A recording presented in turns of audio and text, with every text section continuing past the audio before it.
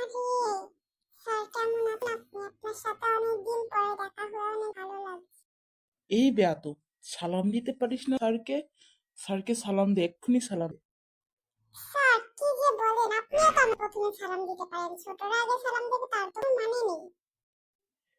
বেশি পাকা হয়ে গেছিস, দাঁড়া, আজই তোর বাবাকে খবর দিব, দিয়ে তোকে পেটানোর ব্যবস্থা করব আমি।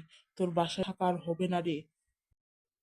সমস্যা নেই স্যার, আপনার বাসা তো সেই, আপনার বাসায় গিয়ে থাকবো না হয়।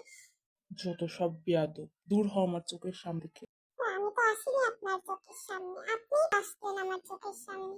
আমি তো রাস্তা যাচ্ছিলাম নিচু হয়ে তাকাতে তাকাতে। পরে দেখলাম পাহাড়ের মতন কিছু একটা আমার সামনে এসে দাঁড়ালো, তাই আমি উঁচু হয়ে চোখ উঁচু করে দেখলাম, তখন দেখলাম যে আপনি। যাই হোক, এখন আমি যেতে চাই, আপনি সামনে থেকে সরে যান। বেয়াদব কোথাকার, ভদ্রতা বোধ তো এখনো শেখেনি কিছু। এসেছে আমাকে ভদ্রতা শেখাতে। এখন বাপ মাই আমাকে ভদ্রতা শেখাতে পারেনি, আর স্যার কিনা আমাকে ভদ্রতা শেখাবে।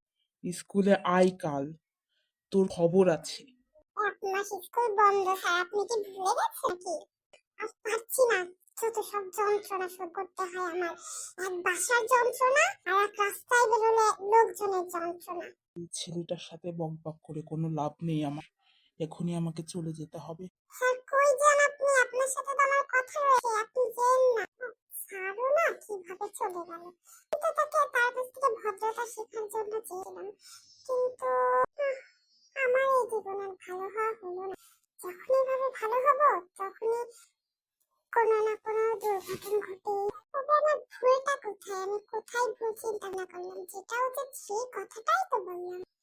যাই হোক, সবাইকে আসসালামু আলাইকুম।